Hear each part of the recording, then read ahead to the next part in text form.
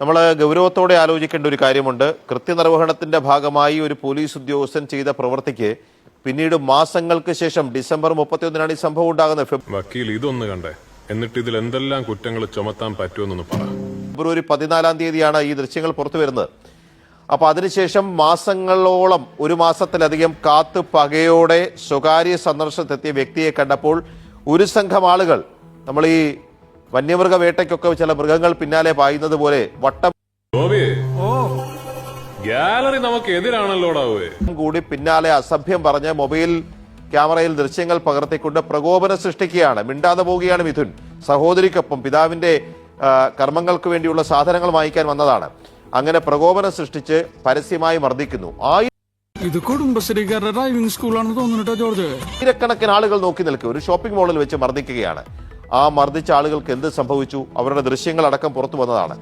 ഗൗരവതരമായ വകുപ്പിട്ട് ഒരു കേസ് എടുക്കാൻ പോലും ഒരു പോലീസ് ഉദ്യോഗസ്ഥന്റെ പരാതിയിൽ പോലീസ് സേന തയ്യാറായില്ല. പകരം കണ്ടറിയണം കോശി, നിനക്കെന്താ സംഭവിക്കാതെ.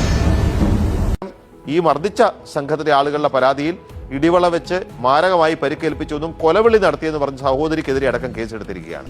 കൊച്ചനെ ജയിലിലെ ശാപ്പാടൊക്കെ കുറെ ഉണ്ടതാ. പണ്ടേ ഉണ്ടയായിരുന്ന കാലത്തുള്ള പഴക്കവാ അതുകളാ. എന്തൊരു നാടാണെന്ന് നമ്മളൊന്ന് ആലോചിച്ച് നോക്കൂ. ഇപ്പോ പോലീസിന്റെ മനോവീര്യത്തെക്കുറിച്ച് മുഖ്യമന്ത്രി അടക്കമുള്ളവർ എപ്പോഴും പറയാറുണ്ട്.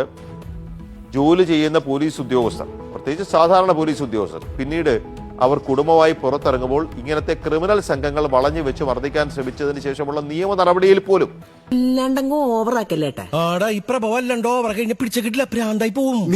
പോലീസിന്റെ മനോവീര്യം തകർക്കുന്ന നടപടിയാണോ സംരക്ഷിക്കുന്ന നടപടിയാണോ എടുത്തിട്ടുള്ളത് എന്ന് ആലോചിച്ച് നോക്കണം. അപ്പോ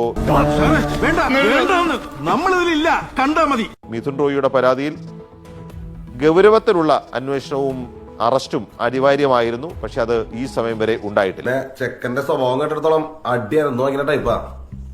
വലിയ സമയം പിടിക്കില്ല. സ്വാമി ശരണം.